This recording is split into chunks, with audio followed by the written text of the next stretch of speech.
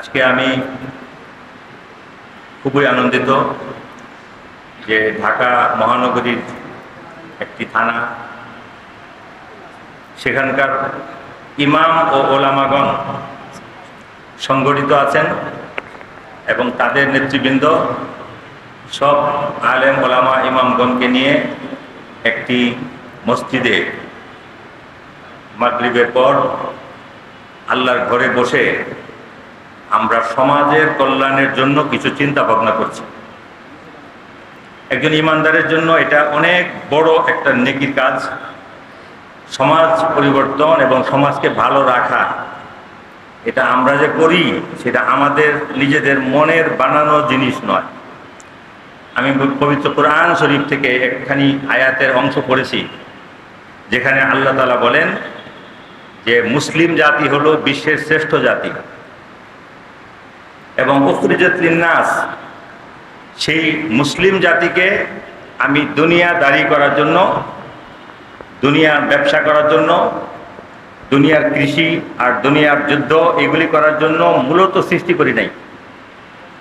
দুনিয়ায় তারা সব কিছুই করবে, কিন্তু মুসলিম জাতিকে দুনিয়াতে প্রেরণ করার মূল উদ্দেশ্য হলো উখরিজাত লিন্নাস, মানব জাতির কল্যাণের জন্য। মানব জাতির কল্যাণ হলো আমাদের মূল ডিউটি, মূল দায়িত্ব। কি কাজ সেটা? যে আমাদেরকে উদ্দেশ্য করে বলছেন তা'মুরুনা বিল মারুফ। যদি আমাদেরকে বলেন তাহলে তা'মুরুন, আর যদি জাতি হিসেবে বলেন তাহলে ইয়া'মুরুন, একই কথা। আমাদেরকে বলা হয়েছে যে তোমরা মানুষকে ভালো কাজের উৎসাহ দিবে, ভালো কাজের আদেশ দিবে, ভালো কাজের কথা মানুষের কানে দিবে এবং পজিটিভ জিনিসগুলি সমাজের মধ্যে তুলে ধরো, মানুষকে সাহস দাও, মানুষকে ভালোর দিকে অগ্রসর করো। এটা হলো আমাদের একদম ফরজ দায়িত্ব। এমন না যে এটা আমরা ইচ্ছা করলে করলাম বা করলাম না, এরকম না। তানহাউনা আনিল মুনকার, এবং অসামাজিক কাজ, মানবতা বিরোধী কাজ বা অন্যায় কাজকে তোমরা দমন করো, সেখান থেকে মানুষকে তোমরা ফিরাও। এখানে এসে আলেম ওলামারা একটু টেনশনে পড়ে যে আমি তো সমাজের কর্তা না, আমি ইমাম। কিন্তু ইমামকে গ্রাম দেশে মানুষ যেভাবে শ্রদ্ধা করে মেনে চলে, সালিশ দরবারের মধ্যে ইমাম সাহেব, হুজুর, খতিব সাহেবকে যেভাবে মানে, ঢাকা রাজধানীতে সেইভাবে মানে না। কারণ এখানে কি আছে? সমাজের বিত্তশালী, সমাজের যারা জনপ্রতিনিধি অথবা যারা সমাজের জমিদার, যারা পুরনো মানুষ, তারা কি এখানে সবগুলি চেয়ার হোল্ড করে, তারা হলো সমাজের প্রভাবশালী। এই দুইটা জিনিস একসাথে মিলে না, এজন্য আমরা সবসময় ব্যথিত এবং হতাশ থাকি। আমাদের ব্যথা এটাই যে আল্লাহ তাআলার হুকুম মানার জন্য যদি সমাজের সবাই একসাথে না বের হয় তাহলে তো হবে না। আজকে আমার খুশি বা আনন্দের আরেকটা কারণ এই যে প্রশাসনের আইন প্রয়োগ করার জন্য আমাদের দেশে পুলিশ আছে। পুলিশ সম্পর্কে মানুষের মনে যে কনসেপ্ট থাকুক, মানুষ পুলিশকে যেমন দেখে মানুষ তেমনই মনে করে। কিন্তু আমাদের এই পুলিশ আছে বলেই সমাজের মধ্যে এখনো কি আমরা রাত্রে ঘুমাইতে পারি। কারণ এভারেজ সবাইকে নিয়ে কিছু বলা উচিত না, কিন্তু যদি পুলিশিং এই সিস্টেম না থাকে আর বলে দেওয়া হয় যে 6 মাস ঢাকা শহরের পুলিশ থাকবে না, তাইলে পরে কি হবে অবস্থাটা? তো পুলিশকে আপনি যতই বলেন, কিন্তু চিন্তা করতে হবে জ্ঞানের দ্বারা, দর্শনের দ্বারা, নীতির দ্বারা। আর আমাদের এই বর্তমান পুলিশ, আমার ধারণায় যে গত 15 বছর 20 বছর আগের চেয়ে অনেক উন্নত, অনেক উন্নত। আর এখন দুই একটা কথা বলবো যেগুলি অনলাইনে যাওয়া উচিত না, আপনারা এডিট করে এটা বাদ দিবেন, ঠিক আছে? আমার দেশ হলো কিশোরগঞ্জ। আবার এই যে ওসি সাহেব, ওনার বাড়িও কি কিশোর। এবং উনি যে গ্রামের কথা বললেন, সেই গ্রামটা এমন, কেউ যদি ওখানে না গিয়ে থাকে সে কল্পনা করবে না যে মানুষের জীবন কিভাবে ওখানে কাটে। 20-22 হাত উঁচা করে গ্রাম বানতে হয়। আর বছরে প্রায় 6 মাস সমুদ্র থাকে, সমুদ্র। এক গ্রাম থেকে আরেক গ্রাম সাঁতরে যাওয়ার কোনো কি নাই, সুযোগ নাই। চোখে দেখা যায় দূরে একটা গ্রাম, মনে হয় কি কতগুলি কচুরিপানা। ওইটা কিন্তু বড় বড় ডেন্ড্রি গাছ, কিন্তু দেখে মনে হয় কচুরিপানা। আর এইটা এক ধরনের সাগর, এক ধরনের সাগর। সাগরের বাংলা আরেকটা নাম হলো সায়র। সায়রে পড়ছে বলে না, সায়র। সায়রকে হাওর বলে। হাওর শব্দটা আসলে সাগর, কারণ এটা এক কাইন্ড অফ সাগর। কারণ আপনি যদি মনে করেন যে এদিক সেদিক 40 কিলোমিটার বা 50-60 কিলোমিটার সবটা সমুদ্র, আবার কয়েক মাস সেটা ধান ক্ষেত। যখন ধান ক্ষেত, তখন এই দিক দিয়ে হেঁটে যাওয়া ছাড়া উপায় ছিল না।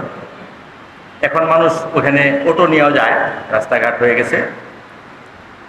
আর এটার কারণ হলো যে বর্তমানে যে 2বার প্রেসিডেন্ট আছেন, দুই টার্ম, ওনার বাড়িও কিন্তু সেই গ্রামে। ওনাদের যে এলাকা, সেখান থেকে 15 কিলোমিটারের মধ্যে হবে ওনারটাও।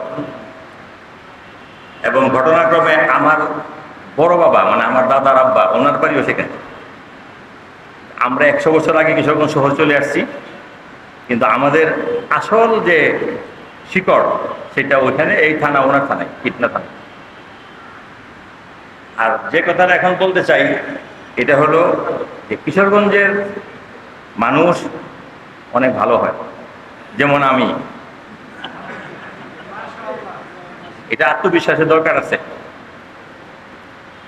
এখন যে পুলিশের ঢাকা কমিশনার, উনি আবার আমার পাশের গ্রামের ভাটি এলাকার আমার নিজেদের চাচাতো ভাইয়ের মেয়ের জামাই, এখন কমিশনার।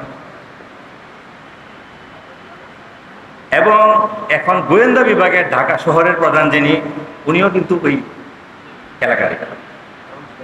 ঠিক আছে? তো পুলিশের ব্যাপারে আমি বক্তৃতা করতে বসিনি। আমি শুধু একটা কথা বলি যে ভালো মন্দ সব মানুষের মধ্যে আছে, কিন্তু একজন থানার দায়িত্বশীল ভারপ্রাপ্ত কর্মকর্তা, তিনি এতক্ষণ যে কথাগুলি বললেন, কথাগুলি সব ঠিক না,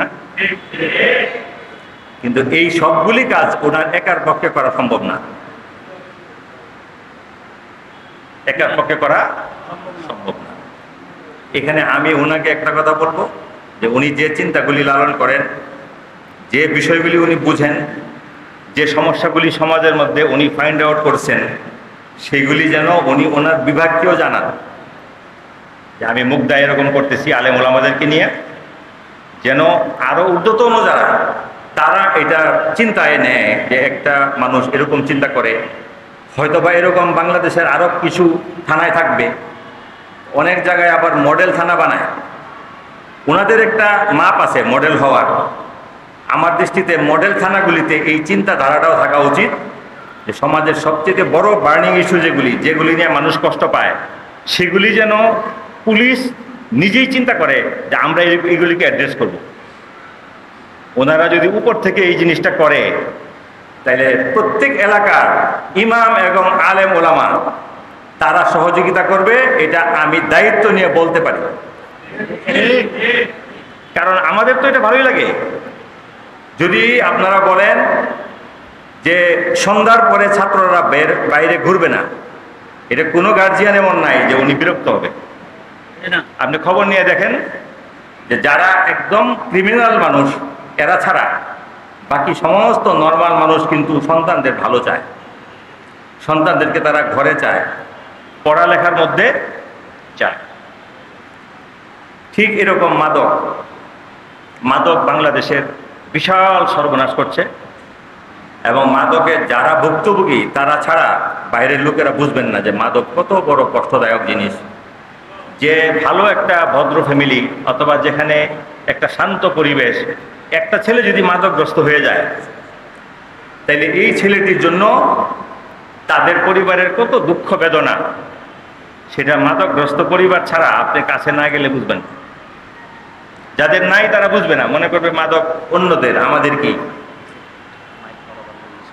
কিন্তু আমাদের কাছে সব খবর আসে যেহেতু আলেমরা সমাজের সঙ্গে জড়িত, আমরা বক্তৃতা যাই, ওয়াজে যাই, বয়ানে যাই, জুমার নামাজে থাকি, তো ইমাম আলেমদের কাছে অনেকে দোয়ার জন্য আসে, হুজুর আমার একটা ছেলে এরকম হয়ে গেছে, আমার সর্বনাশ হয়ে গেছে, তার জন্য মানে তারা তো মাদক যে দ্রব্য গ্রহণ করে, আল্লাহ এবং তার রসুল মদ এবং সব মাদককে হারাম করছে। সব ধরনের মাদক দ্রব্য ইসলামের চিরতরে হারাম। যে কুল্লু মুসাক্কির আও মুস্কির হারামুন ওয়াইন তাল্লা আও কাসুরা, আল্লাহ নবী বলেন প্রতিটি মাদক দ্রব্য অল্প হোক বেশি হোক এটা চিরতরে হারাম। এবং আল খামরু জুম্মাউল ইসম, বলছেন যে মদ এবং মাদক দ্রব্য সমস্ত গুনাহকে একসঙ্গে কি করে, জমা করে। সমস্ত গুনাহ সংগঠিত হয়, মানুষের সঙ্গে মানুষের খারাপ ব্যবহার হয়, নিজের সংসার পরিবার ধ্বংস হয়, নিজের বউ বিবি বাচ্চাকেও মানুষ ভুলে যায়, নিজের বাবা মার গায়ে হাত তোলে, নিজের সম্পদ বিক্রি করে, নিজের সম্মান হানি করে, নিজে রাস্তায় পড়ে থাকে। সব কিছু হলো মদ এবং মাদকের জন্য। আর একটা মাদকগ্রস্ত ছেলেকে রিহেবে দেওয়ার পর 20-30 হাজার টাকা করে, 50,000 টাকা করে মাসে দেয়, 1 বছর পরে ভালো হয় না, আবার সে চলে যায়। বহু জায়গায় এমন আছে 2বার 3বার ভালো হওয়ার পরে আবার যায়। এই মাদক দ্রব্য আমরা আমাদের নিজেদের মধ্যে এটাকে আমরা গ্রহণ করব না, সহ্য করব না। এবং এই জিনিসটি যদি আল্লাহর ভয় না থাকে তাইলে কোনো মানুষকে ফেরানোও কঠিন।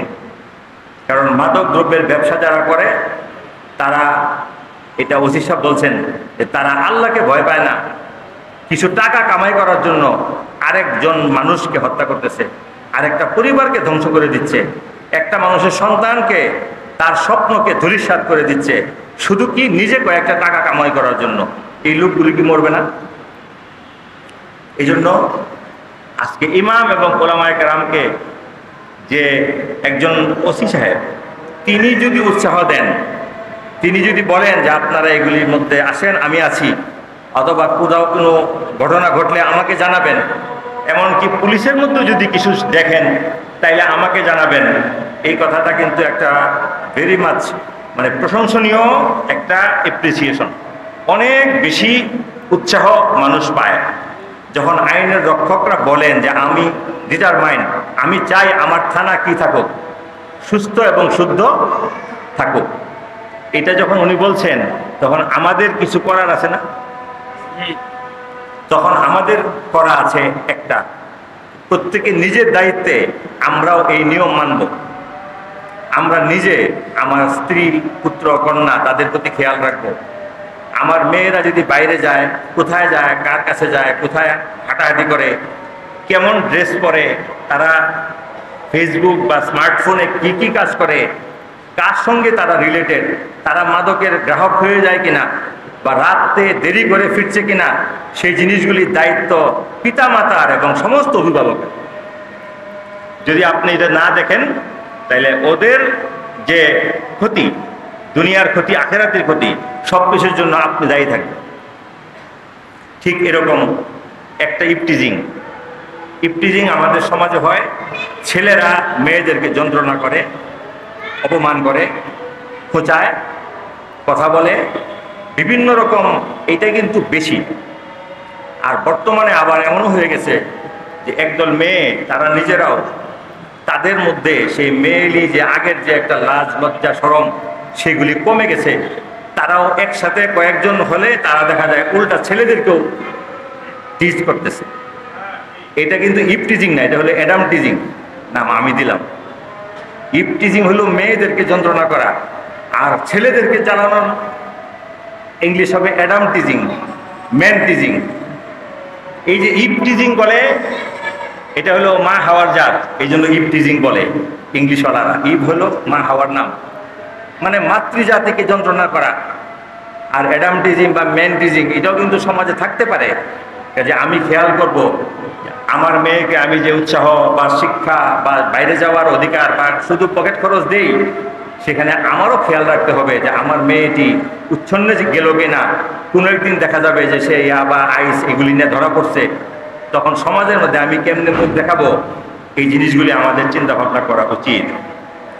আরেকটা জিনিস আসছে সন্ত্রাস।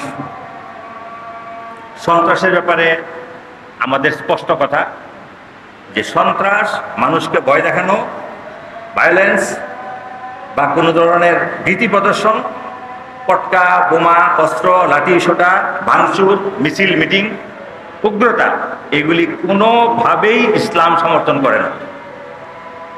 ইসলাম এগুলি সমর্থন করে না। অনেকে আছে যে তারা ইসলামের নাম বলে কিছু অপব্যাখ্যা দিয়া তারা মানুষকে হত্যা করে। যেমন আমাদের দেশেও কিন্তু এই ঘটনাগুলি অতীতে হয়ে গেছে। একটা 17ই আগস্ট আমাদের 63 জেলায় বোমা ফুটে গেছে। আগে আমরা ভাবতাম যে বাংলাদেশে এরকম বোমা টোমা নাই, কিন্তু আমাদের দেশে এরকম হয়ে গেছে একসাথে 500 জায়গায় বোমা ফোটা। এটা একটা সাজানো ব্যবস্থা ছিল। সেই জিনিসগুলি আমাদের গভর্নমেন্ট, আমাদের পুলিশ, তারা অনেক পরিশ্রম করে এমন একটা পর্যায়ে গেছেন। এই যে আমরা এখানে বসছি, আল্লাহর রহমতে আমরা কিন্তু রাত 1টা 2টা পর্যন্ত যদি বয়ান দেই, আমাদের মনে এই ভয় থাকবে না যে এখানে কোনো বোমা মারবে। কিন্তু এরকম ভয় পাকিস্তানে আছে। গত 20 বছরে পাকিস্তানে শত শত মসজিদে বোমা ফুটেছে। কারা মারে এটা পাওয়া যায় না, কারণ ওরা নিজেরাই নিজের গায়ে বোমা বহন করে মসজিদে ঢুকে মরে, মানে সবাইকে নিয়ে মরে। এটা আফগানিস্তানেও কিন্তু হয়। এই যে হয়, এটা ওভারঅল প্রশাসনের ব্যর্থতা। কিন্তু আমি বাংলাদেশের পুলিশকে ধন্যবাদ দিই, বা ওনাদের সাথে আরও যারা আইন শৃঙ্খলার আছেন, যে বাংলাদেশে এরকম কোনো আশঙ্কা কম আমরা করি না। এমন কোনো জিনিস আসে নাই যে আমরা ভাবতেছি যে এটা ফুটবে। আমরা মনে করি যে এই দেশ অস্ত্র এবং বোমা মুক্ত আছে। এই যে শান্তি, মসজিদে যাওয়ার শান্তি, স্কুল কলেজের শান্তি, হসপিটালেও তো ফুটায় দেয়, রেল স্টেশনে মারে, বাস স্ট্যান্ডে মারে। কোনোদিন একটা লোক যদি হত্যার উপযুক্ত হয়, ইসলামের কথা হলো তাকে আইন আদালত শাস্তি দিবে। একটা লোক যদি এমন হয় যে সে খুনি, সে রাস্তায় ঘুরতেছে, আপনি তাকে মারতে পারবেন না। ইসলামের বিধান কি? বিচারক প্রশাসনের মাধ্যমে কি করবে? তাকে মৃত্যুদণ্ড দিবে। কিন্তু অনেক লোক আছে ইসলাম বুঝেও না, তারা মনে করে যে এখানে সব মানুষই কাফের, এসে মেরে দিল। এইগুলি কিন্তু পাকিস্তানে, আফগানিস্তানের মধ্যে এর নাম্বার অফ ইভেন্টস গণলে হাজার হাজার হাজার। বাংলাদেশে যে এইগুলি এখন নাই, সব জায়গায় যে আমরা একসাথে জমা হই, খেলায় হই, রাস্তাঘাটে হই, বাস স্ট্যান্ডে হই, রাজনৈতিক সভায় হই, আমরা মাহফিল করতেছি সারা জীবন, এই যে জুমা মসজিদ হয়, আমাদের মনে কিন্তু এই আশঙ্কা থাকে না যে আমাদেরকে কেউ অজানাভাবে মেরে দিবে। এই যে থাকে না, এটার জন্য আসলে বাংলাদেশের মানুষ সন্ত্রাস বিরোধী। সমাজের কোনো দুষ্ট শক্তি বা এলিমেন্ট এটাকে সৃষ্টি করতে পারে না। আরেকটা কিন্তু পরিশ্রম পুলিশের আছে, তারা সচেতন আছেন, এবং সন্ত্রাসের যে সমস্ত ঠিকানা সেগুলি একের পর এক পাওয়া গেছে, ধরা হয়েছে। এগুলির দ্বারা কিন্তু সবার মনের মধ্যে একটা ইমপ্রেশন হয় যে এখানে কোনো কিছু করা যাবে না। আরেকটা জিনিস স্পষ্ট বলতে চাই, যারা আসলে নামাজি, আসলে যারা ইমাম আলেম, যারা আসলে মাদ্রাসা ছাত্র, যারা আসলে তাবলিগি, যারা কোনো সত্যিকার পীরের মুরিদ, যারা আসলেই খাঁটি মুসলমান, তারা একটা গাছের পাতাও বিনা কারণে ছিঁড়ে না।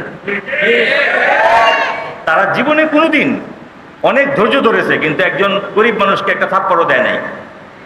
একটা রিক্সা চালককে অনেকে মারে, কিন্তু এই আল্লাহওয়ালারা মারে না। একটা ইথিক্স, একটা নিয়মের মধ্যে তারা জীবনযাপন করে, কারণ আমি যাই করি তার বদলা আখেরাতে আমাকে পেতে হবে। এই জন্য যারা ইসলামের অপব্যাখ্যা করে, ইসলাম সম্বন্ধে জানে না, অথবা ইসলামের মধ্যে যারা বিভিন্ন কিতাবে বইয়ে অপব্যাখ্যার দ্বারা কিছু মানুষকে সন্ত্রাসে এনে নেয়, সেই মূল জায়গাগুলিকে আমাদের কি করতে হবে? হিট করতে হবে।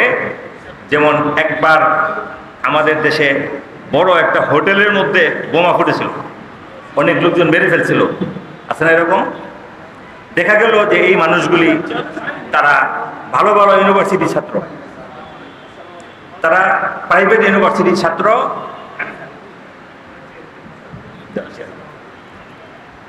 তো এই অবস্থায় ইসলাম সম্বন্ধে জানে না, আলেম না, আলেমদের টাচে থাকে না, নামাজি না, ইমাম খতিবদের সঙ্গে চলে না, কিন্তু সে সে নিজে কারোর দ্বারা প্ররোচিত হয়, হইয়া সে নিজে ব্যবহৃত হয়, বোমার মধ্যে চলে যায়। এইগুলির জন্য প্রতিটি খতিবের একটা দায়িত্ব আছে। খতিবের দায়িত্ব কিন্তু খুব সুন্দর, কারণ এই দেশের মানুষ নিজেরা ইচ্ছাকৃতভাবে, যেটা ওসি সাহেব বলছেন যে দাওয়াত ছাড়াই আসে, বিরাট একটা অপরচুনিটি বাংলাদেশের, যে এই দেশে 9 কোটি ভোটার আছে, এর মধ্যে আমার মনে হয় 3-4 কোটি মানুষ তারা জুমার নামাজে যায়। একদম 6 বছরের বয়স থেকে 80 বছরের বৃদ্ধ পর্যন্ত সমাজের 98% লোক জুমার নামাজে চলে যায়। যারা পারে না, একদম ওযু নাই, গোসল নাই, বা সে শ্রমিক, পারতেছে না, রিক্সা অটো চালায়, সে জুমায় আসে না ঠিক, কিন্তু 98% লোক জুমার মধ্যে আসে। আর জুমার মধ্যে যারা আসে তারা সবাই কিন্তু উজু করে, গোসল করে, পবিত্র হয়ে এখানের কথাগুলি নেওয়ার জন্য আসে, এবং মনোযোগ সহ 1 ঘন্টা সময় দেয় মসজিদে। তো সেই হিসাবে যদি আমাদের 4 লক্ষ মসজিদে জুমার নামাজ হয়, আর সেখানে মানুষ নিজেরা একদম মাথা পেতে আল্লাহ এবং রসুলের কথা নেওয়ার জন্য বসে থাকে, সেখানে কথা বলা অনেক কঠিন। একজন ইমাম, তিনি অসাধারণ যোগ্যতা রাখতে হয়।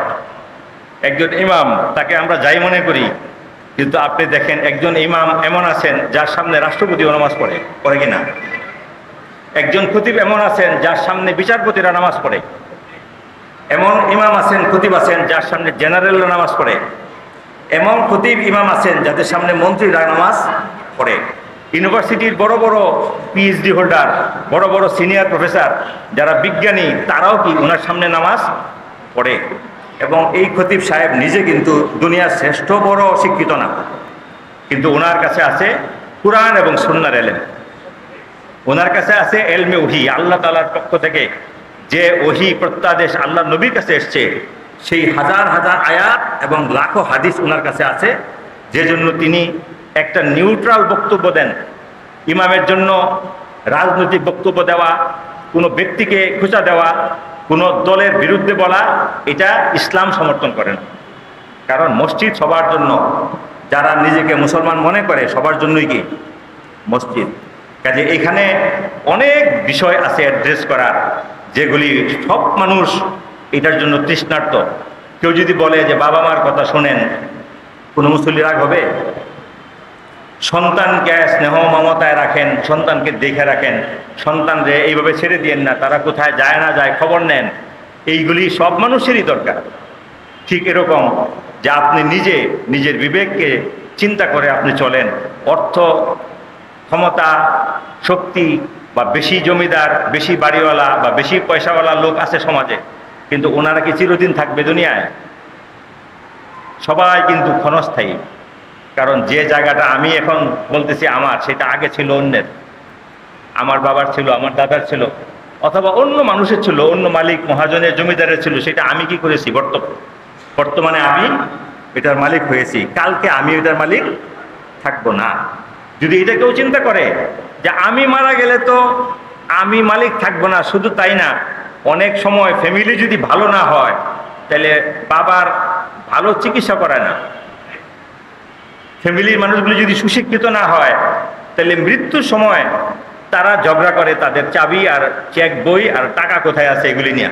আছে না নাই? আমাদের দেশে আমাদেরকে বুঝতে হবে যে আজকে যে খাট আমি কিনলাম 1.5 লাখ টাকা দিয়া, আর যে তোষক আমি তৈরি করলাম, যে ভালো ভালো কম্বল আমি নিয়ে এসেছি বিদেশ থেকে, আমার ঘরে ঢুকলে একদম মনে হয় যে দুনিয়ার বেহেশত। আর আমার যদি রুহটা চলে যায়, রাত্রে ঘুমানোর পর যদি সকালে আমি সজাগ না হই, তাইলে এই বিছানায় আমাকে আর একদিনও রাখবে না। 8 ঘন্টা 10 ঘন্টার মধ্যেই, আর অনেক বড় ব্যক্তি হইলে 2 দিনের মধ্যেই তাকে কবরে দিয়ে দেওয়া হবে, আর তার মসজিদ থেকে তার খাটিয়ে আনা হবে, সেখানে সে শুয়ে পড়বে। এই যে আমি খালি হাতে যাব, সেখানে আমি অনন্ত অফুরন্ত লোভ আর সব মানুষকে কষ্ট দেওয়া, নিজে মাদকের প্রসার করা এবং অন্যায়ভাবে মানুষকে, এইগুলি ইসলাম সব সময়ই মানা করেছে, এবং সেই কাজগুলি আমাদের করতে হবে।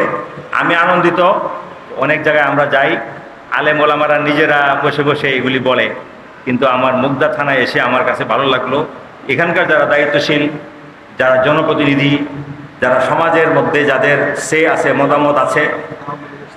আচ্ছা, আমি তো দায়িত্বশীল ভাই, মাশাআল্লাহ। আর আমাদের আচ্ছা আচ্ছা ভাই, আমাদের তো চেয়ারের ব্যবস্থায় নাই। আচ্ছা, থ্যাংক ইউ। আল্লাহ সবাইকে কবুল করেন এবং বরকত দেন, এবং তাদের যে সদিচ্ছা বা তাদের যে আগ্রহ সেটাকে আল্লাহ তাআলা অনেক বড় কবুল করেন। আর আমাদের সমাজের মধ্যে, প্রতি এলাকার মধ্যে, মানুষের মধ্যে এই সচেতনতা আসুক। যারা দায়িত্বশীল, যারা প্রতিনিধি, যারা দলীয় প্রধান অথবা স্থানীয় প্রধান, যারা পুলিশ, তাদের একটা বড় শক্তি আছে। আর ওনাদেরকে সাহায্য সহযোগিতা এবং ওনাদের হাতকে শক্তিশালী করার দায়িত্ব হলো সাধারণ জনগণের। আর এই সাধারণ জনগণ ততক্ষণ খুশি থাকবে যতক্ষণ তারা দেখবে যে মানবিক এবং সামাজিক জিনিসগুলিকে আমরা প্রসারের জন্য চেষ্টা করছি। ইমাম এবং আলেমগণের প্রভাব অনেক বেশি, কারণ মানুষ বিশ্বাস নিয়ে, মহব্বত নিয়ে তাদের কথা শোনে। কাজে এখান থেকে সন্ত্রাসের বিরুদ্ধে, অশান্তির বিরুদ্ধে, মাদকের বিরুদ্ধে, ইপটিজিংয়ের বিরুদ্ধে, এবং যেটা কিশোর গ্যাং বলা হলো, এটা কিন্তু ভয়াবহ জিনিস। যদি বাংলাদেশে এই কিশোররা এরকম অনিয়ম করে, যাদের ঘর বাড়ি, বাবা মা বা উস্তাদ, শিক্ষক, মুরব্বী কেউরে মানে না, সে নিজেকে হিরোইজম, বয়স হলো তার 12, 13, 14, সে মনে করে আমি পৃথিবী সেরা। এরা কি করবে? তার জীবন তো নষ্টই, আবার এরা 100 টাকার জন্য একটা লোক মেরে ফেলে। পুলিশ চেষ্টা করলেও পারবে না কোথায় আপনার এই অশান্তি ফিরবে। কারণ এই যে কিশোর গ্যাং আমি তৈরি করলাম, এদের তো কোনো নীতি নাই। আজকে যদি আমি এদেরকে প্রশ্রয় দিই, কালকে এদের একজনকে 500 টাকা দিবে আমাকে মারার জন্য। কাজেই সমাজে অশান্তি, সন্ত্রাস এগুলি আসলেই একদম না থাকা, এটি হলো মুসলমান বা মানুষের জন্য বসবাসের সমাজ।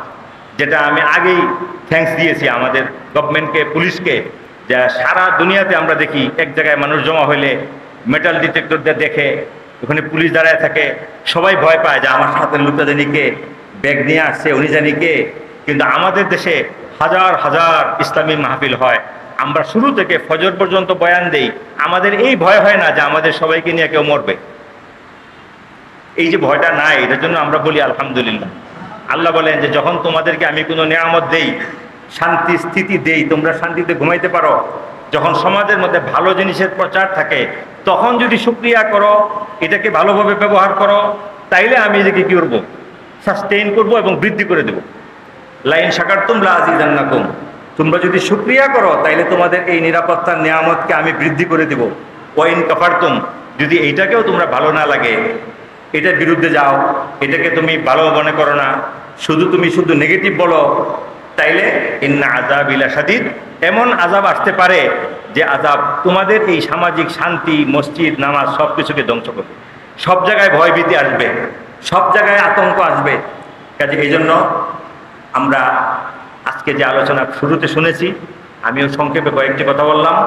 এই কথাগুলির উপর আমরা সবাই অন্তর থেকে আমল করার জন্য আল্লাহর কাছে সাহায্য প্রার্থনা করি। আল্লাহ আমাদেরকে কবুল করেন এবং এই নিয়ম নীতির উপর সবাইকে চলার এবং সমাজ থেকে মানুষের জন্য কষ্টদায়ক সব বিষয় দূর করার তৌফিক দান করেন। ওয়া আখিরু দাওয়ানা আনিল হামদুলিল্লাহি রাব্বিল আলামিন।